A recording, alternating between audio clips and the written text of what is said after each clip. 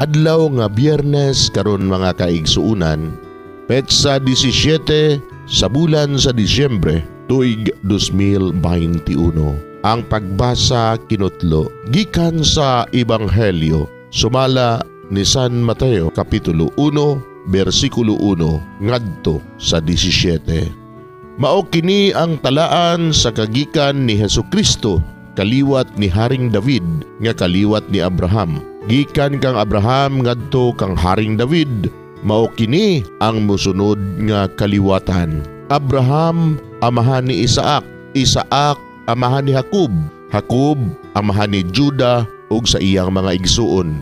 Juda amahan ni Perez ug ni Zerah, si Tamar ang ilang inahan. Perez amahan ni Hezron, Hezron amahan ni Aram, Aram amahan ni Aminadab, Aminadab amahan ni Naason, Naason amahan ni Salmon, Salmon amahan ni Boaz, si Rahab ang ilang inahan.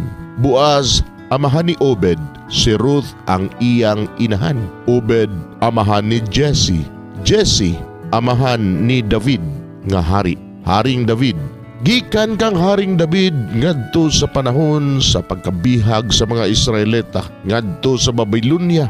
Mao ang mosunod. Hari David amahan ni Solomon, ang iyang inahan asawa kanhi ni Urias. Solomon amahan ni Rehoboam, Rehoboam amahan ni Abias, Abias amahan ni Asa, Asa amahan ni Josaphat, Josaphat amahan ni Joram, Joram amahan ni Uzias, Uzias amahan ni Jotam, Jotam amahan ni Ahaz, Ahaz amahan ni Ezekias, Ezekias amahan ni Manases, Manases amahan ni Amon, Amon amahan ni Josias, Josias amahan ni Joaquin ug sa iyang mga igsuon.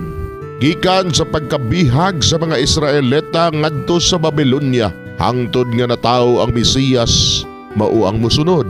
Jeconias amahan ni Salatiel, Salatiel amahan ni Zerobabel, Zerobabel amahan ni Abiud, Abiud amahan ni Eliakim, Eliakim amahan ni Hazor, Azor amahan ni Sadok, Sadok amahan ni Akim, Akim amahan ni Eliud, Eliud amahan ni Eleazar, Eleazar amahan ni Matan, Matan amahan ni Jacob, Jacob amahan ni Jose, Jose bana ni Maria nga maoy inahan ni Jesus nga giilang Mesiyas. Busa may 14 kakaliwatan gikan kang Abraham hangtod ni David og 14 kakaliwatan gikan ni David hangtod sa panahon sa pagkabihag sa mga Israelita ngadto sa Babylonia ug laing 14 kakaliwatan gikan sa pagkabihag hangtod nga natawo ang Mesiyas. Mga igsuon, ang Ebanghelyo sa Ginoong. Dayigon ikaw, O Kristo.